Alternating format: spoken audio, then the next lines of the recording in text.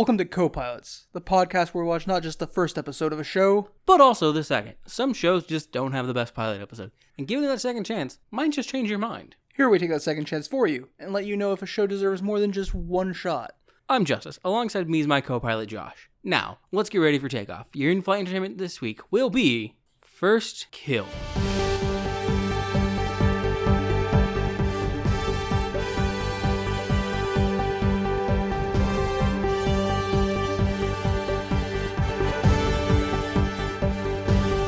First Kill is a new show from Netflix, 2022, if I remember correctly. Yeah, it's very new. Yeah. Just came out. Very new. Very vampire. We just turned June into Vampire Month. Hey, it works. It's fine. This is the chance when they have the least amount of time for retaliation. I mean, it is the summer solstice very soon. 18 hours of daylight for most of the world. Yeah, we'll be fine. It's good. It's good. So, First Kiss describes itself as... First Kill. Sorry. First Kiss is the name of this episode. First Kiss is the name of the episode. First Kill describes itself as a modern-day Twilight. Meets Buffy the Vampire Slayer. Yeah, a modern-day Twilight meets Buffy the Vampire Slayer. Honestly... It doesn't really explain itself that way. It compares the love interest thing going on there to Buffy and Angel and Edward and Bella. Yeah, you've met Buffy and Angel, and Edward and Bella now meet Juliet and Cal. So the basic explanation I heard for the show essentially boiled it down to, it has like the cringe of Twilight with some of the stuff from Buffy the Vampire Slayer. Equivocally, it's just a cringy, sapphic Buffy the Vampire Slayer. So I don't know if I can agree with I'm not denying that. Here's the thing: I am publicly a fan of the Twilight novels. Yes, I have said that they're terrible, but they're very bad. I've never seen a Twilight movie past Twilight. I have unfortunately seen them all. I haven't seen New Moon or Eclipse or Breaking Dawn. Or Breaking Dawn Part 2? Yeah, I have never seen a Twilight movie past Twilight. I have. So I assume they're not comparing themselves to the book because this has none of the feels of the Twilight book. No. And by that I mean really heavy overtones of Mormonism. Yeah, no. Not necessarily Mormonism, but a push of purity, this doesn't have that. Yeah. In fact, the first episode, well, I guess we have to talk about the intro first. We have to talk about this intro, don't we? The intro is the cringiest motherfucking shit I've ever heard. The song is very bad. I don't have a problem with the animation, though. No, the opening animation's fine. It's all paper drawings of the characters going through scenes, basically. None of the scenes from the show, but just little story scenes that tie to the song. And it's all in black and white except the blood. Red highlights. It's not just blood, but there's a red dress, red highlights, the black and white. It's a fine opening cinematic. Mm-hmm. It's the song. The song isn't good. It's so bad. It's so bad. As Josh described it at one point, it's very Ghost Town. If you don't know who the band Ghost Town is, good. Yeah, you're probably better off that way. As my friend once described them, they're like a modern-day version of the Doors. His friend was wrong. Okay, I'm going to clarify that context, or she will kill me. They just meant that both bands don't have an actual live bassist and use keyboards to fill in bass roles. Yeah. Which is true. They both use keyboards to substitute for bass. But one of them does it really, really, really fucking well, and the other one is Ghost Town. Yeah. Oh, God. Anyways, so, like I was saying, it definitely doesn't have any of that puritanism push that Twilight does, because the opening scene is Juliet and Calliope, our main characters, hardcore making out. Yes, all in heavily filtered red light. We see some flowers blooming, some blood pills dropping. We're going to call them blood pills. The show never gives us a name for them, but they're pills that are red that vampires take to substitute for feeding on humans. They're just true blood pills. True Blood didn't have blood pills. They had just the fake. They had synthetic blood, yeah. Which came in beer cans and shit. I know, but I'm saying they're the equivalent of the synthetic blood from True Blood. True Blood's so good though. Yeah. I mean, I obviously don't know if they're synthetic. They may have found some way to make a gel capsule to put it around some blood. But she appears to be consuming these things later with additional water, so I assume it's a highly concentrated amount of blood, which implies more to me that it should actually be a plasma, which means it should be more of a yellow pill instead of a red pill. She's red pilled. She's very red pilled. She's very red pilled. And it fits with the idea that she's supposed to be conforming to her family belief values. Oh.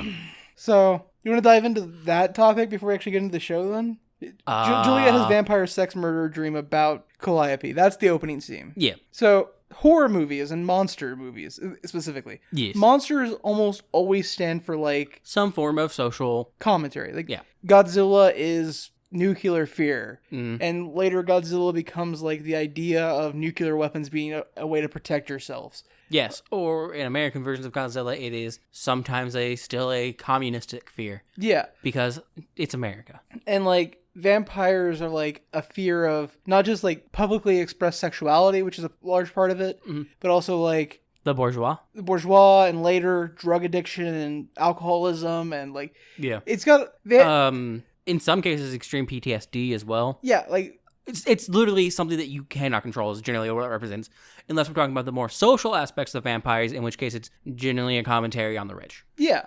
And for First Kill, the vampire commentary, which we paused halfway through episode 1 to discuss this because we were having trouble like finding the... It makes overtones as if it's going for equivocally the sexual metaphor, but it really doesn't work because it is quite blatant, even without it. So we agreed it kind of has to be going for the social metaphor or like a familial conformity. Yeah, vampirism here represents some form of like social norms and traditions of your family. Yeah. Conservatism, this aspect of like, because my family believes a certain way, I have to believe a certain way. And yeah, exactly. And so does the other faction we get here. It's definitely the same way. They both fit those truths. Yeah, both vampires and the hunter faction are both in a similar manner. Yeah. Because if it wasn't obvious enough by the main character being named Juliet, this show is... we have to do the whole star-crossed lovers thing, obviously. It's very Romeo-Juliet. Yeah. But without a Romeo, which is fine, because, let's face it, he was kind of a shit character in that play. But also, so was Juliet. Romeo and Juliet is a love story about shitty people. Yeah, shitty people fucking over good friends, really. Because they both have excellent close friends that they just fuck over throughout that play. So Juliet has this vampire sex murder dream. She wakes up, she blames her blood pills for causing the nightmares. Yeah, that's what she seems to be doing. And really, there's not much to this. She's just preparing for school, complaining about her dreams. And we get like this commentary from her. She's narrating the scene where she's like, do you ever feel like everybody else around you has life figured out, but you don't? Which is the most high school take ever. Yeah. Because that's how life feels, but only because you only experience people one-dimensionally, typically. Yeah. They're only players in your life.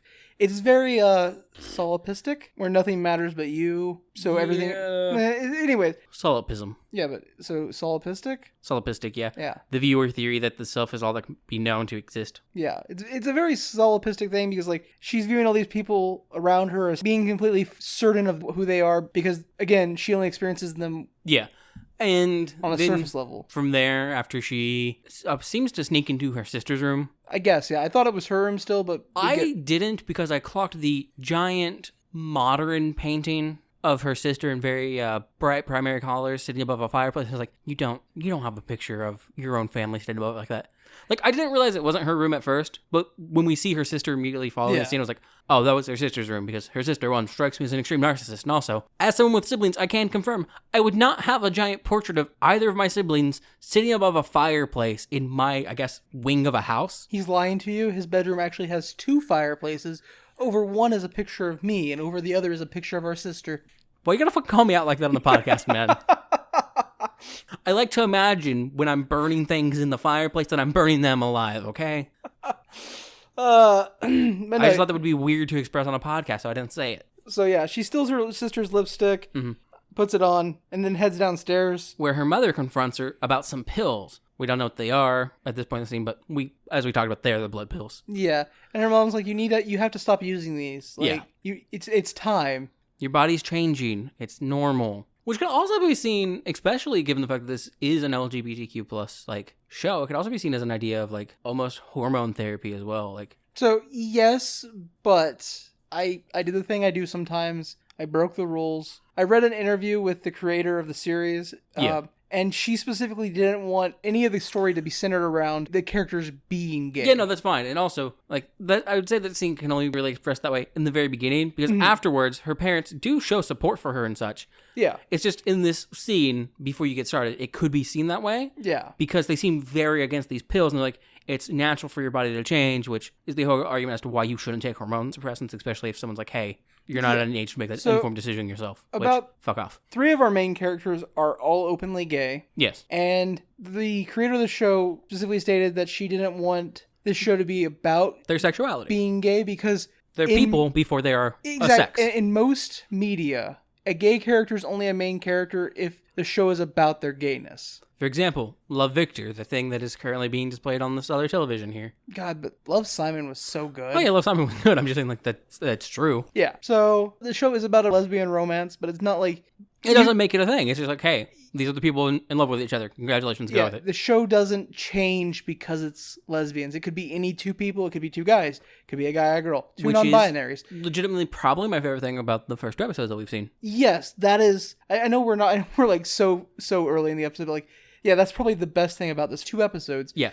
Yeah, 100%. So her parents are like, hey, you're going to need to stop taking these. It's fine. It's time for you to, like, stop taking these pills and, like... And then we meet her sister who comes in. Apparently she was out all night. Her parents critique her, and she's just like, I've never been late to work. It's fine. It's none of your business. I'm home now. And then their dad's like, it is my business. You work for me. And she's like, have I ever been late to work? Yeah, and then there's a horn beeping, and it's Benjamin Willer. Yes. He's a duelist, and his sister's going blind. That's why he has to win Battle City. Actually, that's not why he has to win Battle City. It's why he needed to get as far as he did in Duelist Kingdom. And she's actually currently getting the surgery during Battle City. Oh, but the Dark Duelists are making it really hard. And at a point, she gets kidnapped. And it's before she has her surgery. And then she gets the surgery. And the entire meanwhile that's going on, your best friend's like making weird advances on your blind sister who's like 2 years younger than all of you. And then... like, when she does finally get the surgery done, you've been corrupted by the power of a dark millennium item and have been forced to attempt to murder your best friend. And if you don't murder him, instead you'll get murdered. And this is the first time she could get to see you in her entire life. And she wants you to be the first person she ever saw. But you're terrified because you're evil now and you don't want her to see you be like murdering your best friend. So that's your entire struggle that actually eventually snaps you out of being controlled by an all-powerful ancient item. And also you happen to drive a Jeep and listen to Kelly Clarkson. And you're going to drive your best vampire friend to school now. I love that I initially didn't realize when you transferred from talking about Joey to Ben again. You're like, and you drive a Jeep. And I was like, wait, does Joey drive a Jeep in that? God, no. The only one with a car in that fucking show is Duke Devlin. Kaiba has a car. No. Kaiba has people who have cars. Kaiba has a personal jet. It looks like a Blue Eyes White Dragon. Again, he has people. No, he flies the jet himself. Actually, Mokuba flies the jet. Okay, anyways.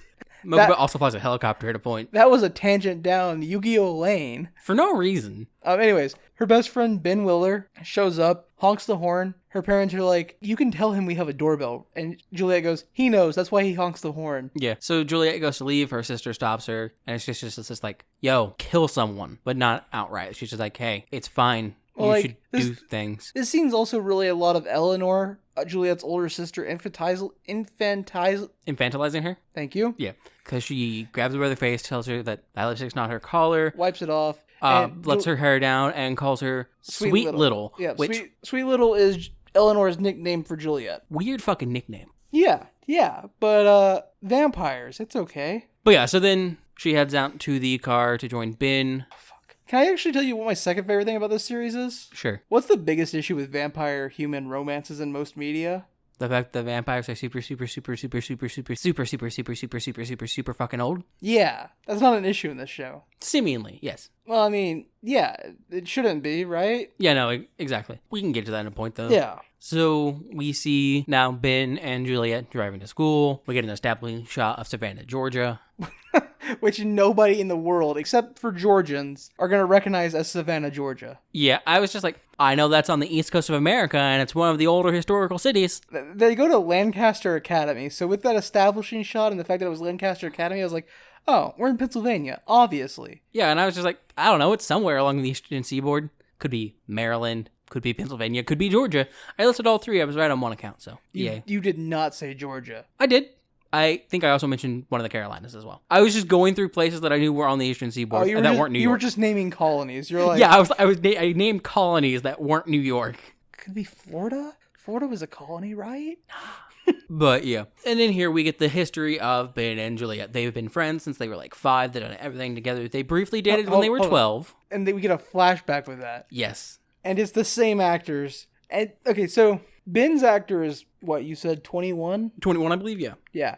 Juliet's actor is 27. And, like, neither of them look super old. They actually look fairly good for their parts. But, like, 17, 18-year-old aesthetic does not match to 12-year-olds. So we get a flashback of them as 12-year-olds, and it's still played by the same actors. And all they've done is put Juliet in a tie-dye shirt with, like, overalls. Overalls that are actually shorts, so, like, the romper overall things.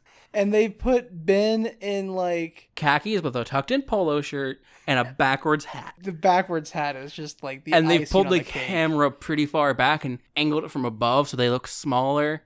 And they have no one else in the shot, so you can't compare their size to other people. But they're standing next to a normal fence. And a fountain. Yeah. And they look so stupid. This is my favorite part of this show. Okay, so while we're here, I want to be clear. I hate this show. I don't hate it. I don't particularly like it. It is the perfect level of cringe if you want to watch something cringe, though. It's literally painfully cringe. Yeah, there are people that watch that shit for some reason. Okay, anyways, they get to school. No, she also mentions here that they stopped dating, though, when they both realized they played for the other team, that they were both gay. Yeah, okay, that's right. Yeah. Because Ben's gay awakening... He's making out with another basketball player, and Juliet's is seeing another girl propose to another girl in the school locker room. Wild. Yeah, I feel like that's basing some stereotypes on same-sex relationships. Yeah, a little bit. Yeah. More interesting to me, though, is the two high schoolers proposing to each other. In a locker room filled with other people. Yeah, that's weird. Like, that feels like an intimate moment. A lot of people propose in public. Is a locker room public? Locker rooms don't feel like public. They're like that fun in-between space where it's not private. It's not a private space, but it's also not like a full public space. It's like a public restroom situation. And you mentioned it earlier, but they're jamming Kelly Clarkson's Maybe Next Time He'll Think. Yeah. Terrible song. And they're not just, like, listening to the song. No, they are actively singing along with it. And based on, like... So you know how TV shows have a feel of time that isn't, like, one-to-one with real time? Yes. Based on the way this drive is shot, with the, like, establishing shots and the cut back on that different road, they didn't just listen to this Kelly Clarkson song once. Because it's playing when he picks her up. And when they get to school. They just had the song on repeat. It feels like they had to have, yeah. They just had it on repeat. Mm-hmm. But we get to school, they get out, and we see... I think one of them just got cheated on or dumped. I'm gonna go with Ben. That's the only way you just jam that song on repeat. Yeah. Regardless of your sexual orientation. That's the only way you listen to that song on repeat. Be all end all. No, you're entirely right. So they get out of their Jeep, though, and we see Ben's amazing sweater. So this show specifically has a stupid sweater budget. Yes. Not like Christmas sweater, stupid sweater, but stupid sweater. Because in this episode, Ben gets one. Next episode, Juliet gets one. Mm-hmm. And I hope this is just a running thing throughout the series. I want it to be passed off between every major character at some point. Anyways, Ben says, I'm a luxury. On the front, yeah. And on the back it says, that few can afford. And it's like salmon pink, white stripe with the text in the white stripe, and then salmon pink. Yeah. So it's actually salmon pink, a small gold break between the gold and then the white, and then it's a giant white stripe, and the lettering is done in a nice, like, turquoise almost. Mm-hmm. Turquoise or teal. Like, it's very nice. I unironically love this sweater and want one. Yeah. Honestly, as we'll see in this establishing shot, because there's so many establishing shots when we first get to the school. Yes. A lot of this school is, like, very... University. Well, that. But I was talking clothing-wise, like... Southern Baptist conservative? I was going to say, yeah, definitely conservative, but has a lot of pastel tones to a lot of people's clothing. Pentecostal conservative. Not quite, not that far. Southern Baptist, that was right. I was right the first time. Having grown up as both a Pentecost and a Southern Baptist, it's okay for me to make these judgments. Yeah. So they get to the school, and we just cut to them, like, leaving gym class or, like, going to do gym class. Yeah, it's unclear. They are in gym clothes, though. Surrounded by other people in gym clothes, some of whom are still wearing things that gym class would not let you wear. Like long up to the elbow fingerless gloves. Or like really loose chain-style necklaces. A choker with a chain dangling down to about the bottom of your sternum. And Ben's like, so you're going to the party tonight, right? And she's just like, I don't know. I don't really like parties. He's like, no, you have to go. You're my wingman. Yeah. And then she's like, wing woman. And he's like, okay, so you're in? Yeah. And then we cut from there to a bit more B-roll of people, and then immediately to the cafeteria. And it's the same conversation. I love this trope It's the stupidest trope in movies and television. What's his name? He directed the Dream movie, Inception. Christopher Nolan. Yeah, so Nolan has he's a decent director. He's done good work. But like he's not my favorite director or anything, but he does have a quote about movies I really like, and it applies to TV as well. Yes, it's about how it's a visual representation of dream rather than a visual representation of normal life. And everybody understands that subconsciously because if they didn't, stuff like this would just be like, what the fuck, how? Immediately called out every time. Yeah. Also, I'm immediately calling it out every time. Mm-hmm. So they're basically just talking about the party, and he's trying to get her to go. And she's too busy staring at this girl sitting alone in the cafeteria. Reading a book. Her name is Calliope. Yes. And then, so they finish up their conversation. Not really. They're now outside talking, and he's talking about what he's wearing to the party, and how he's going to wear some name brand stuff, but not too many, because he doesn't want to be seen as a label whore, which... I like the term. I didn't catch this conversation that well. Yeah. And then they bump into Calliope. They don't bump into Calliope. Juliet bumps into Calliope and drops her blood pills. And she keeps them in like a breath mint container, like the type of container that like Icebreakers comes in. Except it's made of metal and older. It looks more like an old, like, fancy blush compact container. Oh yeah, that's actually a much better comparison. Or it's an old metal coin purse. You're so much more right than I am. You're so much more right than I am. Yeah. Yeah. And it knocks out of her hands, falls, pills go everywhere. She's scrambling to pick them up. Yeah. Calliope helps pick them up, and her best friends just continue to walk away. Calliope doesn't help pick any of them up. I thought she did. No. Okay. Yeah. So her best friend kind of walks away. Ben kind of walks away. He's standing on like a hill above them now. Yeah. And they start a conversation. Apparently, this is the first time they've spoke. Yes. This is their meet cute. And in the background, Ben is trying to encourage Juliet to invite Calliope to the party. And she's like, so my friend is making me go to this party tonight. And Calliope's just like, I don't like parties. They're kind of dumb. And she's like, yeah, same. But if you go, we can hang out. And like, there's also this moment where she's like, oh, I'm Juliet. And then Calliope's like, my name's Calliope. I'm in your English class. And Juliet's like, yeah, and my physics class and my PE class. You know who we didn't see in our PE class? Calliope? Yep. And then Calliope's like, you could just call me Cal, though. Yeah. And Juliet goes, oh, but I like Calliope. Or she says Calliope is strange, as a strange name, and then like fumbles. And then clarifies that it's strange as in unique, but cool. And then Calliope's like, you would literally like my brothers then. Their names are Theseus and Apollo. Which, yes, I do like those names. And I like Calliope. Why? Why go by Cal? Calliope's a cooler name. I just think it's interesting to name your children after two fictional characters that boinked each other. Yeah, because Calliope is a daughter of Zeus and Nemesis in some things, and more the Caspians, and Apollo fucked like all the Caspians. Yeah, Apollo and Calliope on the reg. Yeah. Just seems a little weird to me. I agree. Upside, Theseus didn't fuck either of the two. It'd be like naming your children, I don't know, Isabella and Edward? Yeah. Except that's a little more cringe. A lot more cringe. Well, yeah, but you have 3 children, 2 males and 1 female, so it's like naming one Isabel or Bella, the other one Edward, and the other one Jacob. Yeah, that's exactly what it's like. And then if you have another daughter, you can name her Renesmee, because that's her real name. No, it's not. Twilight, never change. Yeah.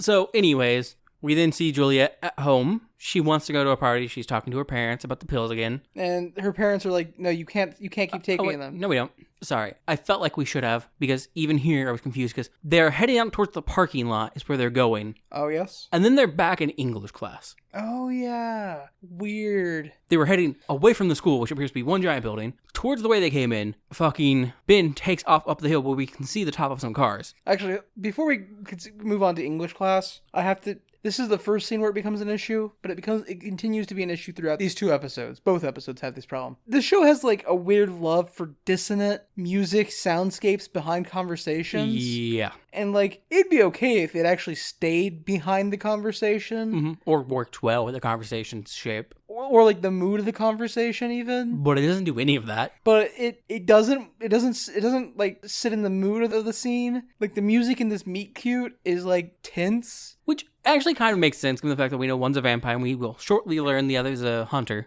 Or if you read the description, you know. We don't know that right now. And also, like, more importantly, like, yeah, it kind of like, it leans into Juliet's social, like, awkwardness. Yeah. But, like, it doesn't work for a meet cute scene. No. And then it gets louder than the dialogue. Like, yeah, as she starts to ramble, the music gets louder and her voice gets a bit quieter. Like, And this isn't the only scene that happens in. No, actually here in English, where it kind of makes sense, luckily, but it's still badly done, I would say. We have Juliet in class, and she's talking about how her senses have felt a bit sharper and things, and how she just is like picking up on everything. And as she mentions that, we get a bit of a reddish filter, and we get the dissonance music coming up, and it's very like bass noise heavy. But why would you use a sound that drowns out all of your background noise when your character is literally talking about hearing everything? You should boost the levels of the other stuff. You could still have like a drone underneath all of it, but you should boost the background noise and chatter up a bit. You can add some texture and filters to it, but like... So I like the red coloring that like... That's fine.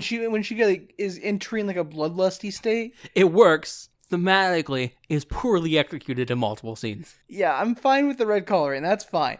What I'm not fine with is this goddamn sound cues that go with it. Yeah.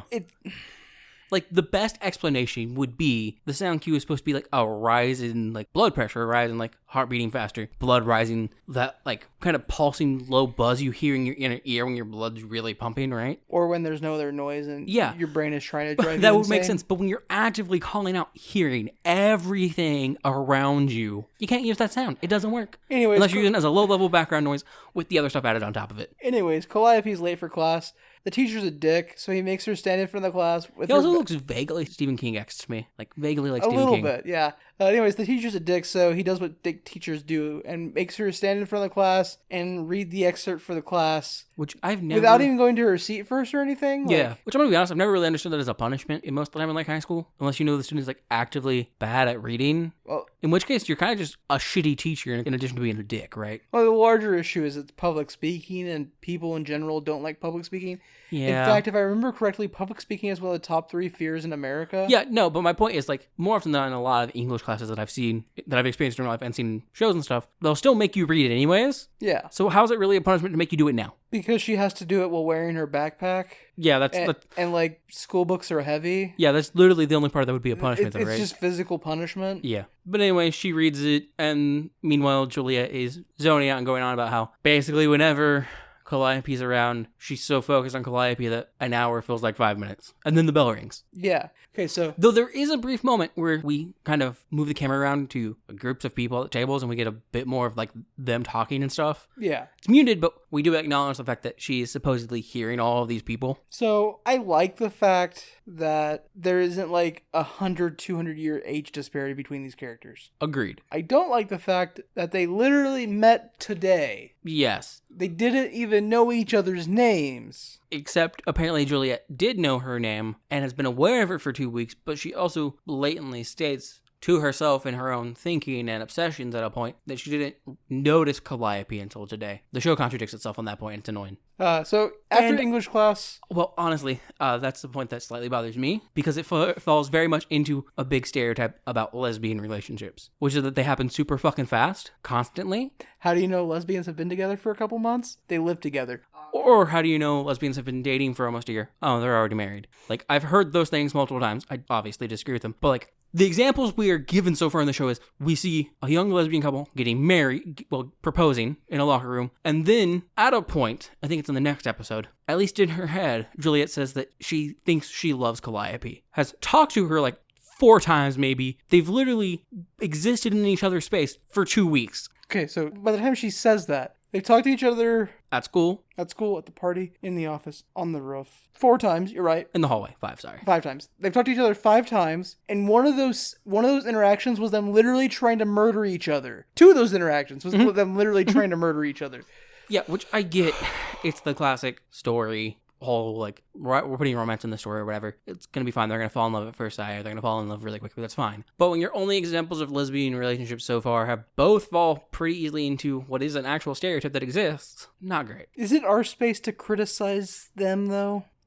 Fair point. It's our podcast. It is our space, too. Like, I think we're just pointing out something that can be seen as a stereotype. I'm not saying it's... that's fair, yeah. That's fair. Explicitly meant to be or not. Good point. It's not like we know the motives behind that on the show. It just comes off as if you're embracing a stereotype. Meh. And typically, unless you're going to subvert that stereotype, embracing a stereotype, not necessarily what you want to do. Yeah. Especially when the stereotypes are negative. Yep. Yeah. So then, as she leaves English class, Yes. she goes to her locker, and she... No. So as Juliet gets ready to leave English class, she's paying more attention to Calliope than class. So the bell catches her off guard. She drops her shit. So when she goes to leave, she drops her pencil case. Everything goes across the floor, and then she exits into the hallway. While Calliope was reading to the class, though, Juliet was hyper focusing on every detail of Calliope, including this bracelet she wears. Yes. So out in the hall, she goes to her locker, is looking perfectly down the hallway the entire time, walks over to her locker, looks at her locker, and then immediately looks down. Not as if she stepped on anything, though. She just looks down and immediately notices a bracelet.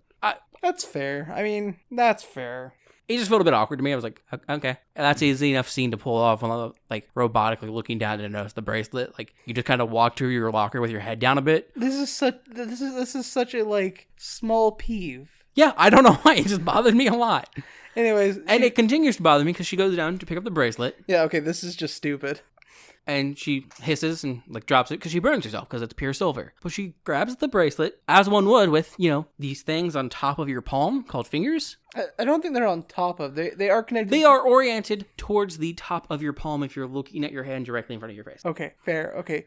So it burns her hand. She runs to the bathroom to put water on it. And the burn is on the lower portion of her palm in a U shape. And there are no burns on her fingertips. Yeah, because she did that thing where you grab things by, smacking them. I mean, don't get me wrong, there is, I am occasionally, amused when there's something I just, push my hand against, and thus create enough pressure that it'll leave a slight knit in my skin and I can pick it up that way. She's using that classic method to pick things up. You smack it. Mm-hmm. I mean, it would theoretically stick in her fucking hand because it burns shape into it. Yeah, so... She runs her hand under the water. And then she's like, who wears pure silver these days? Yeah. Which I took to mean that she didn't know whose bracelet it is, but she has to, right? Yeah, she was super hyper-focused. And that's the what the camera show... goes out of the way twice already to show us this bracelet on Calliope. Yeah, the show is, telling us that it has to be Calliope's bracelet. And one of those shots is from, supposedly, Juliet's perspective just a bit ago in English class. Yeah. So she runs her hand under the water, hisses, and her fangs jump out. And this is where she's like, oh yeah, I haven't mentioned this yet to Ben or anyone. So why do I want to mention it to you? The person I literally met today. Why do I want to tell you I'm a vampire? But obviously because it's narration, and the narration implies a conversation between obviously the audience and the main character there. The you feels out of place because it very much feels like she's talking about Calliope, but feels referential to us in the conversation that a narrator has. It's just her inner monologue. So I realize. Yeah. And we get an image of Calliope in the mirror. So yeah, I don't know. I just found it a bit odd. But then we cut to her at home. Yes, where her parents are like, "Hey, we said we were going to talk about these blood pill things. We should talk about these blood pills." Yeah, there's a bit of a scene before that where she goes, calls for her mom, flops into bed. Her mom shows up. They have a nothing conversation. Yeah, it's literally about nothing. Her mom's just like, "Hey, you should kill people. You should do your first kill, murder someone. It's wacky and fun. Everyone in the family does it. We'll have a party and everything. It'll be great." Is this the scene where she's like, you have to kill somebody? Anybody. Just anybody. There are hunters out there. If you just keep taking these pills, you'll eventually frenzy and just kill somebody at random. And she's like, but because she mentions if you don't stop taking the pills, you're frenzy and kill somebody at random. And literally in the next conversation, they're talking about how she shouldn't take the pills. But literally right before that, in the bedroom conversation they have, it was kill anybody, just anyone, it's fine. It seems wild. If you're trying to keep your existence hidden from hunters, and we don't know this fact yet, but she's a legacy vampire apparently is a vampire that is born, not made. They're direct descendants of other vampires. They can walk in the daylight. We know for a fact they cast reflections because we've seen her cast reflections several times. That's just because mirrors aren't backed with silver anymore. But no, what I was getting at is their lineage goes back thousands of years, and instead of having a system in place where you're I don't know, go away from your home to get your first kill, or participate in the horrible but all too real human trafficking market. Yeah, buy a person on the black market, chain them up in your basement, lock your vampire daughter in the basement till she kills the person. Yeah. I don't know. Why are assuming that the blood doesn't have to be fresh? I don't know. Have contacts at a blood bank. It's about tradition too. So yeah. So you generally need the kill. But what I'm saying, if you there should be some system in place somehow, some way. It doesn't. The only implication here is that part of the tradition is you have to find your first kill yourself. The tradition is, look, you got to murder a rando. You got to go out there and just kill somebody. Yeah, so from here, we then see her getting ready to go out. Yeah, she gets in an argument with her parents going out. They're like, you can't take these pills anymore. Your body's changing. And she's like, yeah, it's my body. I'll do what I want with it. And then as she's getting ready to leave, her sister stops her, gives her some new lipstick. It's bright ruby red, and it's called Heartstopper. Yeah, and her sister's like, look, you just need to murder somebody. It's not that hard. Yeah. Just pick somebody, drink all their blood. Not a problem. Yep. Do it. And then we basically cut to the party where her and Ben show up. And Ben's immediately like, yo, I'm a dip, and I'm going to go find the host and try to get laid. This house is insanely nice. Yes, I hate the wallpaper in the initial room they walk into, Oh, though. do you? I actually really liked it. It's super tacky. I think it would be fine, except someone painted the baseboards below it white. Yeah. If they had kept with like a darker brown, which I feel like is probably what was originally in this room with this very safari jungle-esque wallpaper, it would work better. The white clashes with it really badly and bothers me. I will say I don't believe this room is a foyer. Oh, God, no. Like, No, this room feels like it was someone's like smoking room? smoking room or like hunting trophy room or like study. Yeah, they presented as... This was pretentious old white man who shoots guns and smokes cigar room To be fair, this home is owned by rich white people. in Savannah, Georgia. Yeah. I know, but they enter directly into this room is my point. Yeah, like, this is not the entrance hall or the foyer. But that's besides the point. People at this party continue to be dressed just like they were at school, weirdly conservative, except we do see 3 midriffs at a point, which is odd given the fact that I also noted like 6 guys in blazers and another 5 in buttoned up polo shirts tucked in. Yeah, I don't know, maybe this is just how rich kids party. I don't know. I have no idea. Though there is that one kid with a nice big fuzzy coat, and they're the best character. Are you talking about the one that's smoking? No, the one that's smoking is wearing an Atlanta Beanie, yeah. beanie. This one we see briefly in the hallway when they first walk in, and then he's at the island when they play Spin the Bottle. Okay, yeah. He has no lines. So Juliet It's just a big blue furry coat. is just wandering through the party aimlessly when she gets a text message from Ben, and he's like, meet me in the kitchen. First, this kitchen is not in this mansion. No. This pantry might be in the mansion. But this kitchen is way too small. no self-respecting person who could afford this home would have a kitchen this small. Okay, the only way they would if it's in like a guest area in like a basement, but we see the French doors to the patio outside where we see a massive pool and what appeared to be a guest house in the back or a pool house in the back. So it's not that area back there, which would explain a smaller kitchen. Yeah. And it's not downstairs, which would explain a smaller kitchen. Yeah. It is supposedly the main kitchen. Anyways, Ben has brought Juliet here because he found Calliope, and Juliet goes over and talks to Calliope. No.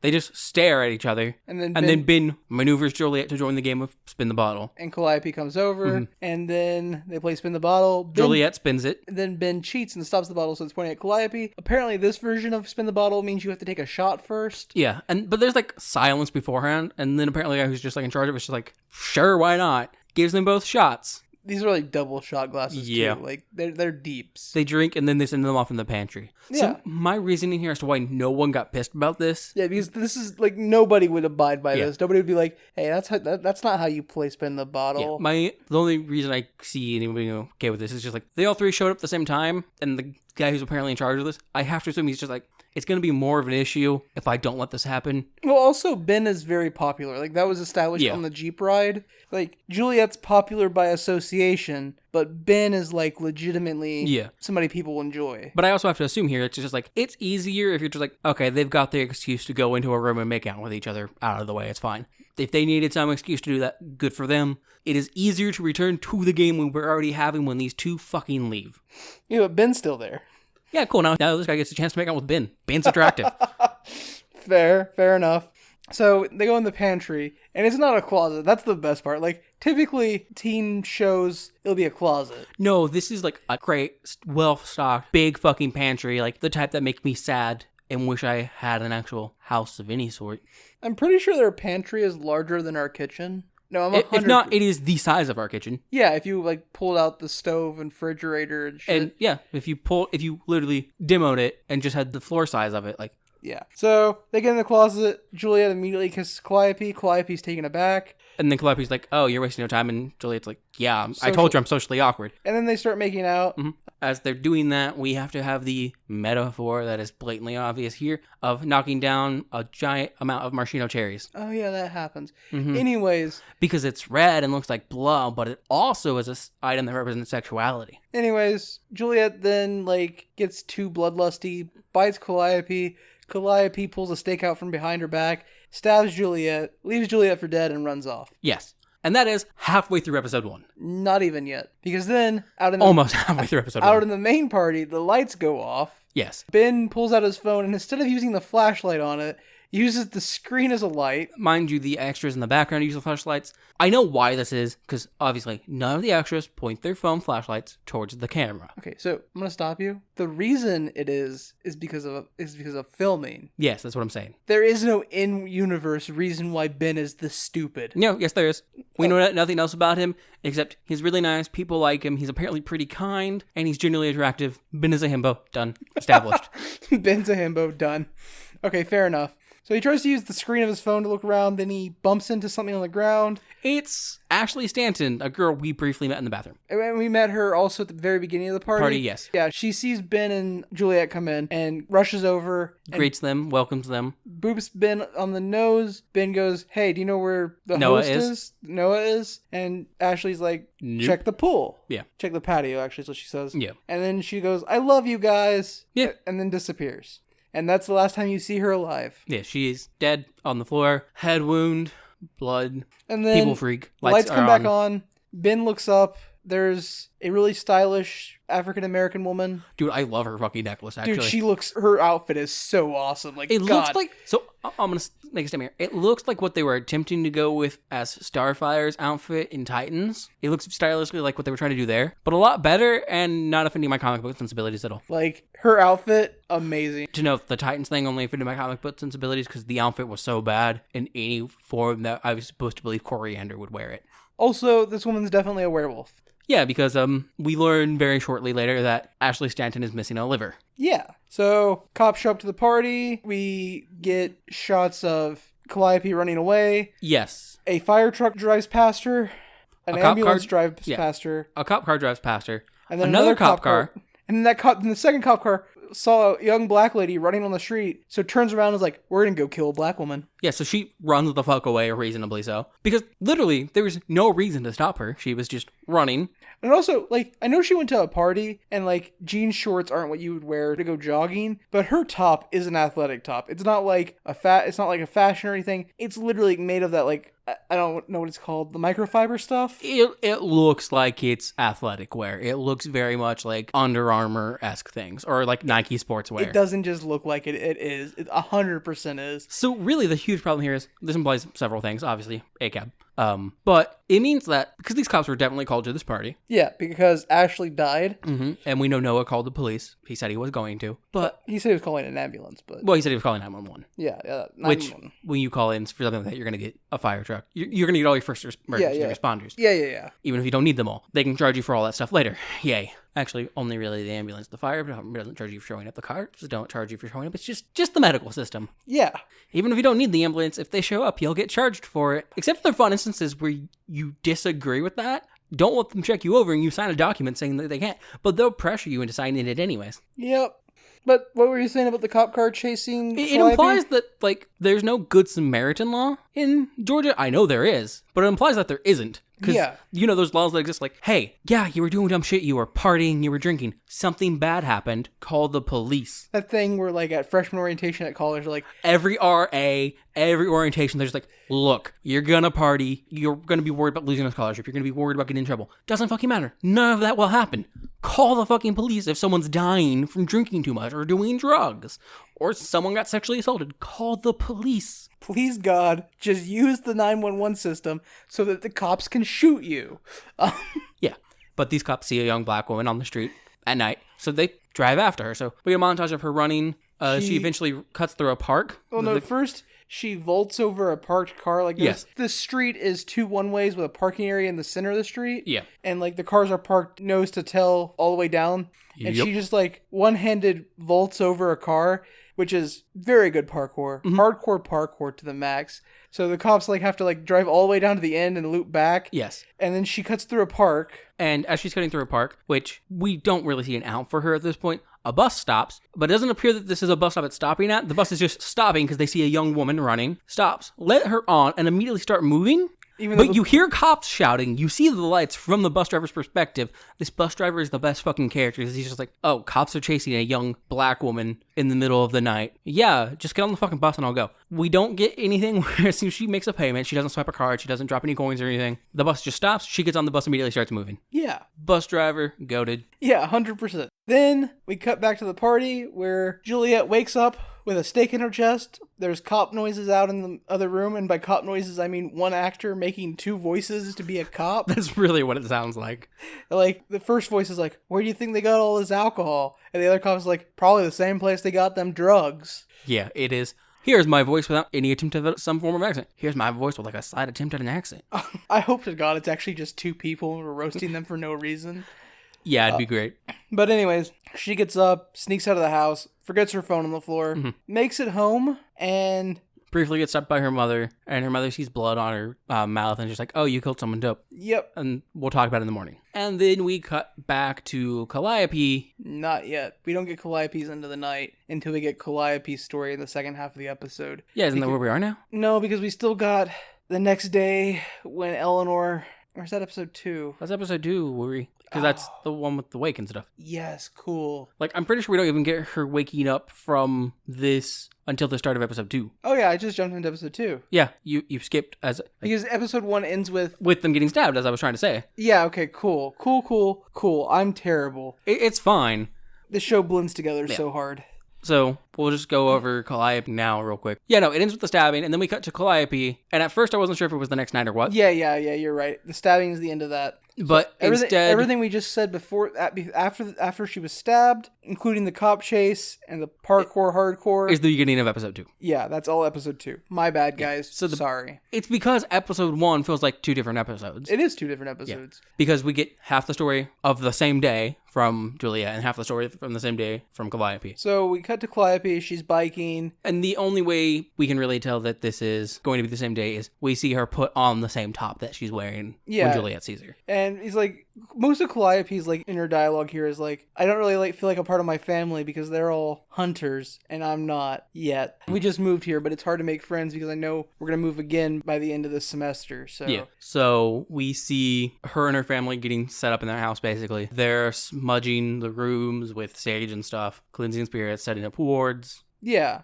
Because that's kind of all happening while she's talking about her family being hunters. Mm-hmm. And apparently they're part of something called the Guild, which is an order that, like, not only certifies hunters, but, like, relocates them, gives them assignments, creates cover identities for them. Mm-hmm. Like, if it's not attached to a government agency, it's super deeply embedded. Yeah. So we get the basic establishment that they're hunters. Then we see Calliope's day at school. She starts just sitting out on the lawn. She's reading her book. Gets hit with a football. Honestly, nothing important happens to her during the day. She meets Juliet. We see the Juliet interaction. Which is important because at that point, no? Yes, here, she picks up one of the pillows that gets left behind. Crushes it, and she realizes it's fake blood. And she's like, and you're what I was told to look out for. Yeah, because she talks about how sometimes the most deadly monsters are the ones that look human, and that the best hunters can just tell when there's a monster, and she felt something when she was talking to Juliet. Yeah. And then we see that she purposely drops her bracelet after the English class, and that she's watching on, like, the reflection of her phone, or assumedly the smart thing to do, have your front-facing camera on. And recording around the corner. Watches Juliet pick up the bracelet and get burned by it. And then she gets home. Yeah, she punches away at her punching bag for a bit, and then goes downstairs. Her brothers are leaving to go do a hunt, and she's like, oh, I'm gonna fucking join you. It's not that she just goes downstairs and they're getting ready to leave. She's laying in her bed just, like, reading, and she hears them packing the SUV up, and she's like, those fuckers. Yeah, because they're trying to leave without letting her know. Yeah, so she goes down and, like, rushes through the doorway. Her mom yells, hey, be careful of the threshold, because apparently they've, like, treated it with probably salt or something. Yeah, because they do talk about how when they were doing all the smudging and stuff, they used salt, they set up wards, they, She has a hama above her bed. Yeah. Which is, I don't remember what religion. I want to say... But it's a sign of protection. Hindu? Yeah, it's a sign of protection. But I'm not entirely sure. My favorite wrestler used to have a hama tattooed on his chest, and then he got it covered up because he didn't, like, really... identify with it anymore. Yeah. Which is perfectly fine to do. Yeah. So she runs out, and her youngest brother, Theo, not the Theo. Theo is her oldest. Her youngest brother, Apollo, yep, sorry. Apollo is the hot-headed one. Is just kind of like, you're not needed. Go back inside. And then her older brother, Theseus, or Theo as they call him, it's just like, nah, come along, we'll go. Oh, he's like, it's just gonna be a minute. We'll be right back. And she's like, hell no, it's not. It's not gonna just be 1 minute. It's gonna take us much longer than that. Yeah, so she gets in the car, and they are going to a cemetery because ghouls. Yes, and then they discuss the fact that this cemetery has seen a bunch of death because of all the wars and shit that have taken place in Savannah. It's over 300 years old. Yeah, the yellow fever. Sherman's march. Sherman's army desecrating graves and stuff.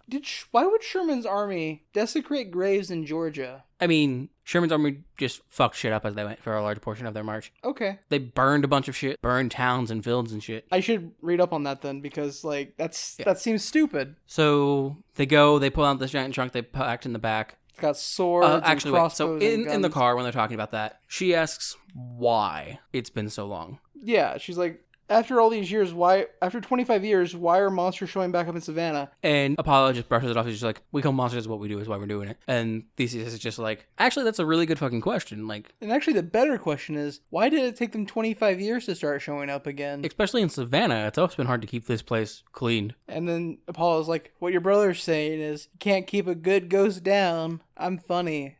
They get to the graveyard. They pull out their trunk of supplies. Theo and Apollo both get swords. Calliope goes to grab one, and Apollo's just like, nah, you're on lookout. Hands are some binoculars with night vision on them. And a tire iron. Your lookout should never be underarmed compared to the rest of the group. Because your lookout, one, they have no one looking out for them. They are literally your cover, which means if they get taken out, you're fucked, generally. And they also should act as tactical reinforcements if necessary. Yeah. Give her a fucking crossbow. Give her a silenced sniper rifle. Give her a fucking slingshot. Give her fucking anything. I don't know. Give her a sword, you know? Yeah, literally anything. A weapon made of silver. A weapon with silver in it. I don't know. Yeah. Just thinking out loud here. And then Apollo and Theseus start to move out throughout the cemetery before Calliope is in position as a lookout, as Overwatch. These people are very bad at their job. They spend this entire scene also being like, there's 3 rules to hunting. And like, I don't even remember what the 3 rules are. One's like, I don't always be prepared is one of the rules, which is a Boy Scout rule, not a hunter rule. Be prepared, always watch your back or some shit like that. They're stupid rules and they don't follow them. Yeah. Anyways, Theo, Apollo, both find ghouls, both murder ghouls. And Calliope does direct them to where their ghouls are. And then she sees a third one and tries to let Theseus know. But, oh no, his earbud fell out because they clearly aren't prepared because they have shitty earbuds. Like, literally just only in-ear earbuds. Nothing to loop it around to keep it on your ear. Literally, they should just have, like, basic security earbuds because those work over a long range generally. They're not the greatest quality, but you're literally only using them for voice communication. That's all you need. They're sturdy, and they're really hard to pull directly out of your ear because they loop over. And then they also, I believe, have, like, a small clip that helps keep it in place too for a lot of them. They should just be using any type of ear hook. Yeah, like, that's the bare minimum, but I'm saying, like, you're apparently, like, a guild that's funded by actual equipment. Yeah, because their house, they were relocated by their house guild. Has a hidden fucking compartment for weapons with an ID thumb scanner, with a thumbprint scanner. Like, fuck. It's also got, like, a waterfall feature out front. Yeah. This house is a guild place because the guild relocated them here. Which makes me question why it's not already warded and protected. I was about to say, I was like,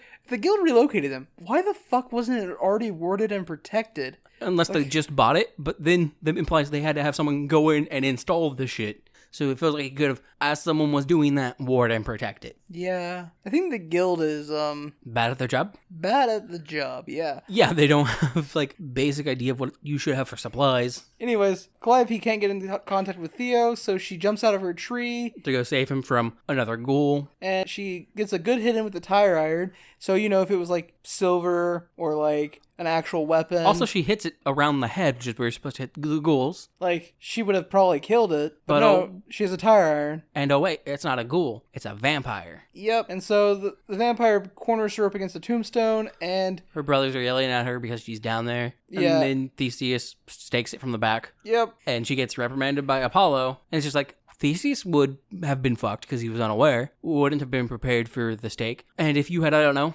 given her an actual weapon, maybe a fair chance, but also it looked like a ghoul, as she stated. You both thought it was a ghoul until you saw that the headshot didn't fucking work. Yep. So then they're at dinner, and Talia, their mother, is talking to them about It's literally a debrief. Yeah, they're debriefing over dinner. Theseus basically covers up the fact that Cal got into an altercation when she's not approved to do so. Also, in this entire part, we learn that her brothers got their first kills when they were younger than her, and she had her chance last year but failed to kill the thing. Yep. And we also know that kills are represented by arrows on their arm, or at least that's when you get your first arrow. It's some representation of hunters. Theo has 3 arrows and Apollo has 2. Yes, and very shortly we learn that Calliope's ex has 1, just gets it for killing something. Yeah, and so we also learn that there is a guild academy, really, in this scene from Apollo. Because he's talking about how he's such a badass, they should just send him to the guild academy already. Yeah, so also while they're eating dinner and debriefing, Calliope gets a phone call from their father, whose name is Jack. He's out on a longer hunt and was just calling them to check up and like make sure they had got their assignments.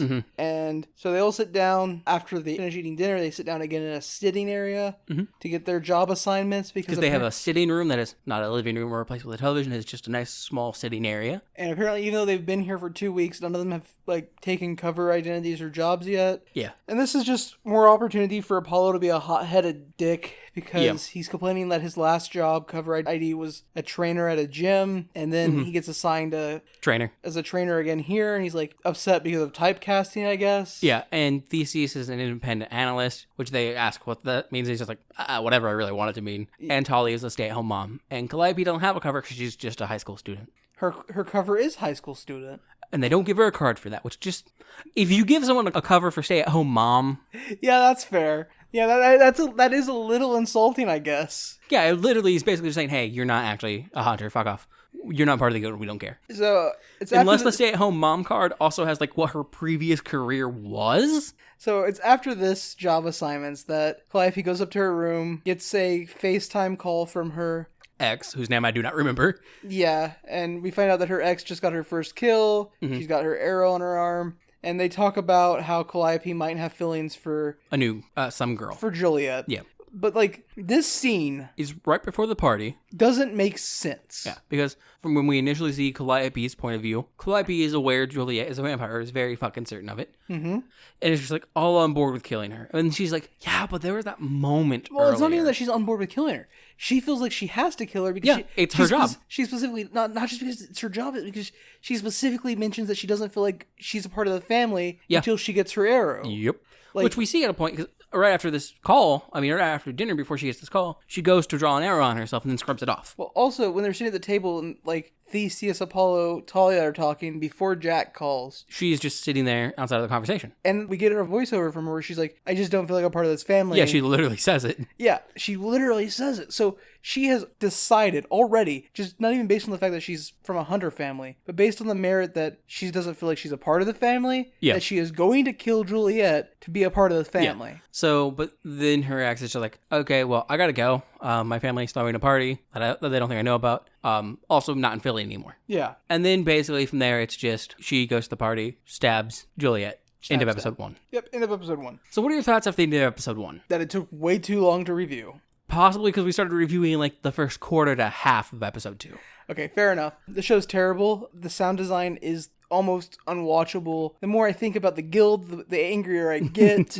I don't know. There's so many things in the show I just don't like. Yeah, I get that. And it's very cringe. Yeah. God, is it cringe. I very much feel the same way. Like I said, it is very cringe. Honestly, I think it's probably just as cringe as the starting part of Vampire Diaries was for me, though. Yeah, but Vampire Diaries is also terrible. Yeah, I mean, but there are a lot of people that like it. What I'm saying is, the show very much does have a niche, and I would say it hits it well. And I would say there are things that it does do well. There are just things I also heavily dislike about it. It should not compare itself to Buffy the Vampire Slayer. No, I agree Buffy with that. the Vampire Slayer is never cringe. That's a lie, it is. No, Buffy the Vampire Slayer is a zero cringe show. And if it is cringe, it's Xander. Xander is the cringe in that show, and it's because he tries to date his teacher. And then she turns into a bug and tries to kill him. I don't know. I think the very first season at college, so like what, season 4? Season 5? Yeah, but that's pretty cringe. That's like basically unwatchable. So. Also, the hyena episode and the caveman episode are both cringe. Okay, fine.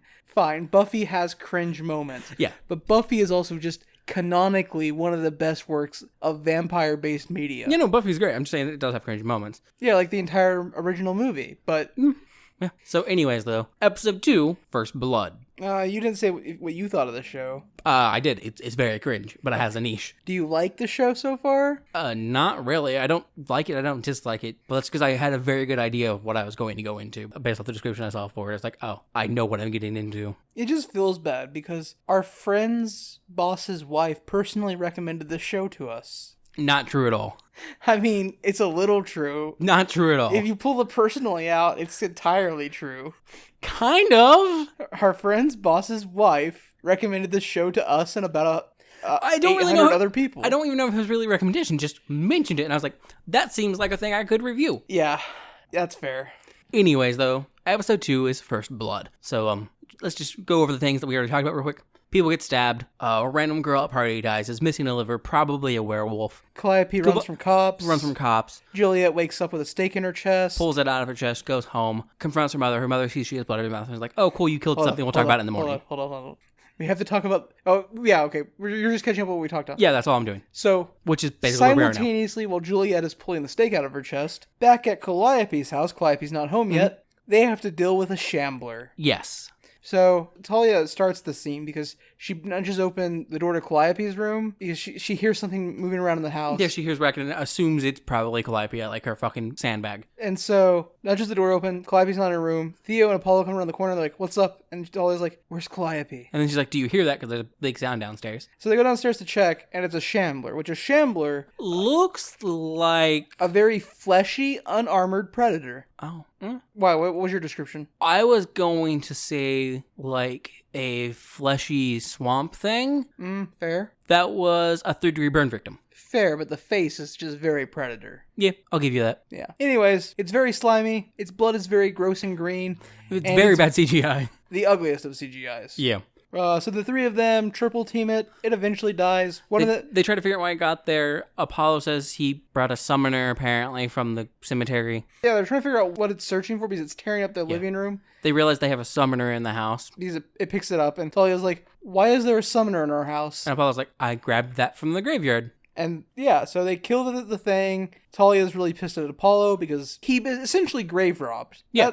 That's what it comes down to. He stole because the summoner looked like an old brass pocket watch. Yeah. And Theseus is mad at Apollo because the shambler broke a picture of Theseus and his mother. Yes. And the frame itself was actually made by Theseus' now dead mother. Yeah, because Theseus is not Talia's son. Yes. He's Jack's son. But not Talia's. Assumedly. Yeah. And then we don't know about Apollo and or Calliope necessarily. Theseus is the oldest sibling, so it does seem like he's from a previous marriage. Mm-hmm. Yeah, so... she's yelling at them to clean shit up, and we see the fact that the shambler's body melts, but its organs don't. Yeah, that's the worst. I hate it when all of the edible meat of the prey melts. But then all of their organs still exist, but it looks like the only organs they have are just way too much intestine. Yeah. Also, like enough to have already one full trash bag, and each of the three people working on their own trash bags. Yeah, and also during this fight, was it Theseus? Yeah, Theseus got knocked out a window. Apollo gets thrown out a window. Apollo got thrown out a window. That's what it was. Mm-hmm. The CGI is just terrible. Honestly, I know it would have probably been a little bit more expensive, but practical effects here would have been the way to go. Yeah. Especially because practical effects are reusable. Also, I mean, legitimately, this fight would have been, I would say, easily 50% better if they just didn't have the crappy CGI blood. If the thing just didn't bleed. Yeah. If it was just like, cut, it doesn't bleed because it's a weird supernatural monster. Or cut, squib pack explodes. Yeah. Like, practical effects. Watching this fight scene is when like my brain clicked. Oh yeah, CGI is just cheaper than practical effects now. Yep. That sucks. Yeah. I know practical effects can look like garbage sometimes. I've watched B-horror movies. Yeah. I've enjoyed B-horror movies. But, like, when the CGI is this bad? Mm-hmm. Anyways. So, during all of this, Calliope shows up home. So, yeah, Talia is taking 2 bags of dead shambler out to the dumpster, and... Calliope tries to sneak in. And she's like, where do you think you're going? Do you think I don't fucking see you? Get inside that house. Which, my immediate response would have been...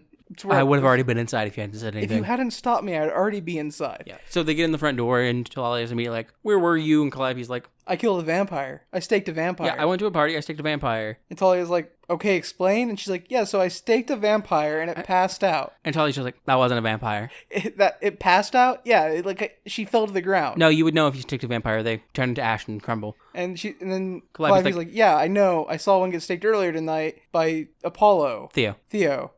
And her mom is like, we'll talk about it in the morning. it wasn't a vampire. We'll talk about it in the morning. You probably killed an innocent woman. Does not mention the fact that she probably killed an innocent person. Glosses over that, doesn't say anything. She's like, we'll talk about it in the morning. Look, I get it. The guild's probably insanely powerful. Like, but he can't just go around staking people. Yeah. So, and honestly, Talia should be way more worried about that than she is. Oh, yeah, definitely. I get it. Talia's, like, mentally drained from the fact that she just had a shambler teleport into her house because that's what the summoner did. The summoner teleports monsters to it. It's literally a monster spawner from Minecraft. Yeah. Anyways, though, so Juliet shows up at her house. Her mom confronts her about having killed someone. Because she has blood on her face from where she bit. Yeah, and she's like, I'm so proud of you. We'll talk about it. We'll have your party and everything we're going to do. Your debutante ball. Yeah, basically. Which... Juliet goes to bed and... Hey, hold on. Juliet calls it a monster's ball. Well, actually, that's in their second conversation about the ball in the morning when her dad's there. She calls it a monster's ball at that night, and her mom's like, you don't have to be so grotesque about it, and then sends her to bed. I promise. She might call it a monster's ball in the morning, too, but... She calls it a monster ball when it's called a debutante ball, but when it's first talked about, her mother calls it her coronation. Yeah. And she doesn't call it a monster ball then. She just says, can we talk about it in the morning? Her mom agrees, goes off to tell her dad that she killed someone. Well, her dad was there, so she goes off to tell her mom. Oh, yeah, she goes to call her mom because Sebastian, her father, was just like, it's like 3 a.m. Do you really need to call your mother? And I think this is a matter of, like, they also mentioned the grandmothers get to fly in. Yeah. I think this really is a matter of, where does your mother live? Because it's currently 3 a.m. Yeah, exactly. If your mother lives in, like, Spain, that's a reasonable 8 a.m. Yeah. If your mother lives in California, that's also a reasonable midnight. Like, honestly, 3 a.m. Central Standard Time or Eastern Standard Time is, like, super convenient for most of the rest of the world. Yeah. Anyways, though, so then we get to the morning where basically all of Juliet's family is talking to her about, hey, congratulations, you killed someone. Eleanor's kind of happy for her. Her mother's extremely happy for her. And her dad's just like, look, I know it feels a bit weird, but congratulations. I know I didn't say it last night when I saw you, but I'm happy for you. Yeah. So... then, let's see, where do we go from here? Calliope's mom confronts her in the little in-ear courtyard when the sun is just rising, because Calliope complains, like, I thought you said tomorrow morning. Her mom's just like, it is tomorrow morning. Yeah, so at, like, I guess an hour and a half after she went to bed, Calliope's mother, Talia, wakes her up and is like, show me how you staked her. Show me exactly what you did. Yeah. And so Calliope does some, like, fighting move, goes to stake her. And her mother's repeatedly like, show me exactly what you did. Show me exactly what you did. So finally Calliope, like, takes her mother's arms, wraps them around her neck, and is like... puts them on her face. Like she's holding her face. Yeah, like they're embracing, knocks her arms away and goes to stake her in the chest. And her mother's face just, like, lights up with, like, realization. She's just like, oh, your form is perfect. And that's the end of that scene. That scene is so awkward. It's so awkward. Oh, fuck. Wildly awkward scene. So then we cut to school. Where Juliet looked like a disheveled fucking mess. Yeah, because her parents think she murdered somebody. She didn't. She doesn't have any more blood pills. She woke up with a stake in her fucking chest. Her blood pills are gone. Honestly, her night was terrible. Yeah, because we learned very early on her blood pills are gone. Because she opens her locker, we have the red light, the and she's annoying out sound. Of blood pills. And then Ben is like, yo, I tried to text and call you. Why did you not answer? There was a dead person. You don't reply? Does she have her phone back yet? No, she gets that back after school. Yeah.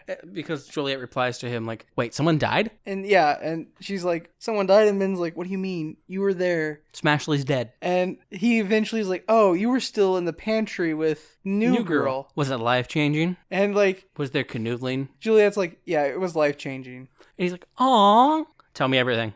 And she's like, no, tell me about the dead person, because that's... No, I've been spilling my heart onto you since I was 5. Tell me everything. She's like, can we focus on the dead person? The dead person. That might be more important. And just like, this once. Yeah, and he's like, there's a vigil tonight. Are you going to go? And she's just like, and he's like, I was basically her hospice nurse. So I have to be there. Yeah. We cut to the wake? No, we see Eleanor at the mortuary. Oh, yeah. Eleanor goes to the mortuary to identify the dead body that Juliet murdered. The only dead body is Ashley Stanton, obviously, who was killed by a werewolf, not by a vampire. Not stated a werewolf, but it stole a liver. And if you know werewolf lore, you know there was a huge thing about werewolves and livers. It was a werewolf. Okay. I haven't watched episode 3, but it was a fucking werewolf. I'm agreeing with you. Okay. And the Emmy, I assume he's the medical examiner for this fucking place. Yeah, he is. It's just like, yeah, it's fucking weird, man. I haven't seen shit like this since like the best when I part first is started. when Eleanor reaches for the file for Ashley Stanton and he like grabs it to stop her. She's like, "It's okay, I'm with the district attorney's office," and like tugs it out of his hand. He's like, "You're a paid intern that works for your father." Yeah, but she's looking through it and she has him show her the body, and he notes that there was a head wound, the liver is gone, and then Eleanor notes that there's still blood in his veins, in her veins, which I might be wrong, but I'm fairly certain in an examination like that where you're doing a full autopsy, don't you drain the blood so you can do a toxicology? I'm pretty sure you are. Also check to see like the amount of blood in the body, and also it allows you to drain the body of excess fluid so you can see any damage. Yeah, no, I'm pretty sure you're right, but it's at this point where the Emmy is like, I haven't seen these type of death since I started 25 years ago. And Eleanor locks eyes with him, does hypnosis stuff, and she's like, she died of a head wound. Drank too much, fell down. Her blood alcohol was 0.08. She drank too much, fell down, hit head, bled out. Yeah. And then she's like, and also stop drinking bourbon and pretending it's tea. Yeah, that might be why you're so sloppy. Yeah. Which, maybe that's why there's blood left in her body if you're supposed to drain it, which... Again, I think you are, but I might be wrong. My favorite thing is that her blood alcohol level is a 0.08. That's like just over most legal limits. Yeah, she's a teenager. Yeah, she got tipsy. She tripped and fell down. It's honestly, it does make sense. Like, it's entirely possible to die that way. I don't know what she would have hit her head on though, given where she was in that living room. Just be like it was a 0.17 or something. Like, yeah, make it drunk enough to be believable, but not like Jeff Hardy driving a car drunk. Yeah. So then we cut to the office. Yeah. Of Sebastian. I don't think we cut right there, but I think we have some unimportant scene in between, so yeah. Yeah, unimportant scene in between, you're right. It might be where Eleanor drinks a random guy at a bar. Yeah, that's what it is. She drinks from a random guy at a bar, uses her brainwashing powers again. And then we get the scene in Sebastian Fremont's office. Fairmont? Yeah. Her dad. Yeah. Who is a DA because she works at the DA's office, and she comes in with the file. He's watching the news about Ashley's death. And he's like, "Yeah, I heard about the head wound. I don't know why Juliet had to be so violent about it." And she's like, "Oh, that was barely anything. Did you not hear about the liver?" Yeah. And he's like, "What?" And she's like, I know what scene we missed before this. It wasn't the blood drinking. It was Sebastian and Margot talking about... Oh, how the head wound seemed a bit violent. And Margot was just like, it was her first kill her. You don't have to worry about her being like him. Yes. And then we don't know who him is yet. But then we have the scene where Eleanor feeds on a dude. And then this office scene. And she's like, you're just worried that your sweet little daughter isn't as... isn't as innocent as you think she is, or something like that. Yeah. She might be more like Oliver than even I am. Yeah. Well, more like him, and then he says she's nothing like Oliver. He's the one that says Oliver's name. Yeah. Oliver being Eleanor's twin brother, who apparently keeps a collection of dead rodents. Or it's implied that he, like, tortured animals. It's a serial killer joke, basically. Yeah. Also... We learn here that Eleanor is the only one in the family who has the ability to hypnotize humans by looking them in the eye. Yeah, because he's like, you're not supposed to be using that. We don't know, like, the ramifications of it. Your mother doesn't have that power. I don't have that power. Oliver doesn't have that power, and he's your twin. Yeah. And she kind of just distracts him, being like, yeah, whatever. Juliet pulled the liver out of this girl. Yeah. So then we go to the wake. Yes. And the vigil. Yeah, the vigil. The wake, it normally happens as a ceremony with the body. It's the vigil. It's at school. And Calliope's with her mother because her mother is trying to find the vampire she staked. And she asks Calliope if she sees her. Calliope clearly sees Juliet. But says no. Ashley's parents, the Stantons, are giving a speech about their daughter. About how she wasn't good at school, but she had a lot of friends, and she texted and called people all the time. And how she was always up for a good time, no matter... what it was. Like, I feel like those aren't words you should be saying in that context about your daughter. Especially your dead daughter. Jesus. Yeah. Anyways, it's too much for Juliet to take, so she runs off into the school. Calliope lies to her mom. She's like, as she runs off, we see she starts to bleed tears, which was a sign that she would be so hungry she wouldn't be able to help herself. That's why she ran off. It's not because it was too much. It was because she's... Crying blood, yeah. And Calliope's like, I have to go get my physics book. I forgot it in my locker. I'll be right back. Calliope chases after Juliet. Juliet notices Calliope's chasing her. And they turn around, talk to each other. Calliope goes, I just want to talk. Juliet, like in the closet, and then there's basically nothing else between them. Calliope says, it was instincts. And Juliet goes, I can say the same. And so Juliet turns and goes to run off again. And Calliope follows. No, Calliope turns to walk off again. Then turns back around to follow Juliet. And Juliet's like... And no, this is my new favorite trope. Okay, and Juliet... In TV. This trope is I said leave me alone when you did not fucking say leave me alone. More of the, I said blank when you did not say blank. I love this trope. We got it in episode 3 of Pilot Candidate. Yes. Which you would know if you were following us along on Patreon, where we are bi-weekly reviewing each episode of Pilot Candidate until we finish the series for you. Yes. But so here, that doesn't happen, and they get into a bit more of a fight. Juliet runs off. Calliope follows. They end up on the roof. They run through a boiler room on the second floor, which generally those are a first floor or basement level structure. I'm just really sad we didn't see Mankind in here. You fool. He was there. He's from the boiler room, you know? Yes. So they get to the rooftop. They end up arguing a bit more, like, well, you kissed me. Why did you kiss me? Blah, blah, blah, blah. Fight, punch, punch. It's a really well choreographed fight, actually. And then it ends in the stupidest way. Calliope hits Juliet really, really hard. We see some blood fly. In the side of the face where she's crying tears. And then all of a sudden, Calliope collapses to the ground. And like she can't... Calliope collapses to the ground. Crashes to the ground, you could say. No. I wondered how that song got stuck in your head.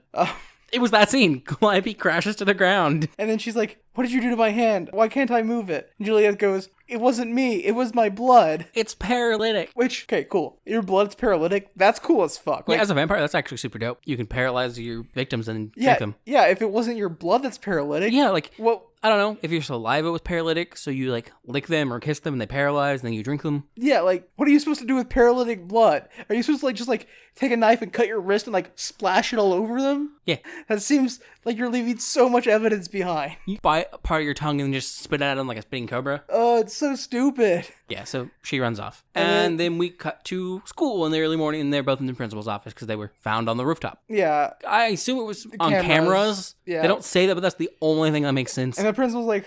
The rooftop, really? Like, people on the rooftop tends to indicate a jumper situation or even maybe a shooter. We can't have people on the rooftop. How'd you even get up there? And she's like, well, I didn't mean to. She's like, so you ran through several marked doors, through a boiler room, and then onto the roof without meaning to. And then... My answer is yes, extremely upset. Also, none of those doors were locked.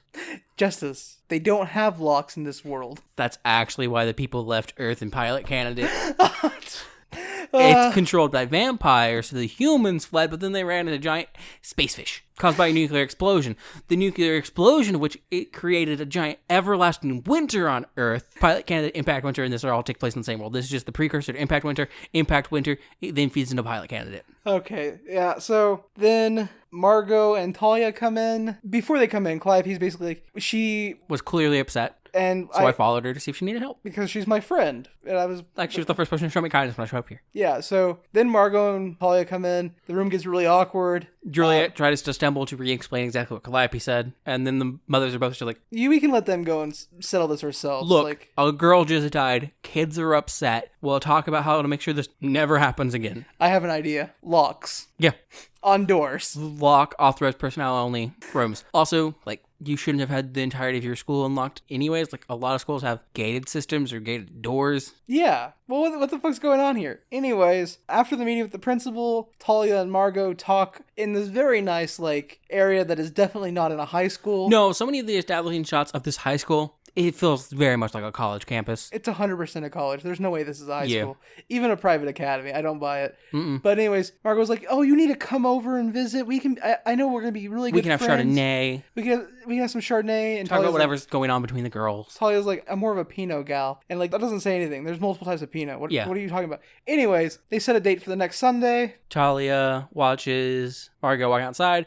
Margot looks up at the sky for quite a while, inhales deeply, sighs, seems to relax, and then walk off. Very much makes a show of the fact that she's standing in sunlight, basically. Yeah. And then Calliope gets home from school, and her dad's home, and all of her extended family is there. And they're like... Well, actually, I just remembered we have a Juliet scene. Oh, my bad, yeah. Juliet gets home. Juliet with her dad, yeah. You're right. Well, no, and then Juliet with her sister. Yeah, we skipped the Juliet with her dad scene. It didn't really matter. It was just like, hey, you're not a monster. This is just what vampires are. Yeah, you're not a monster. Next time, I think you don't have to do what you did this time. Yeah. Also, here's your phone back. Don't leave it at crime scenes, please. Yeah, that was right before the vigil, which wasn't really important. Yeah, sorry. Yeah, here, though, she gets back and she's headed to her room, and then the bloodlust starts to set in. So we get the red light, so we get the sound increase. But the sound has this very sharp tom in it, and when the tom is hit, the lights turn red. It is the classic of like powering down lights, but they're turning red, and didn't notice it the first time watching it, but noticed it the second time. The music cues the light changes.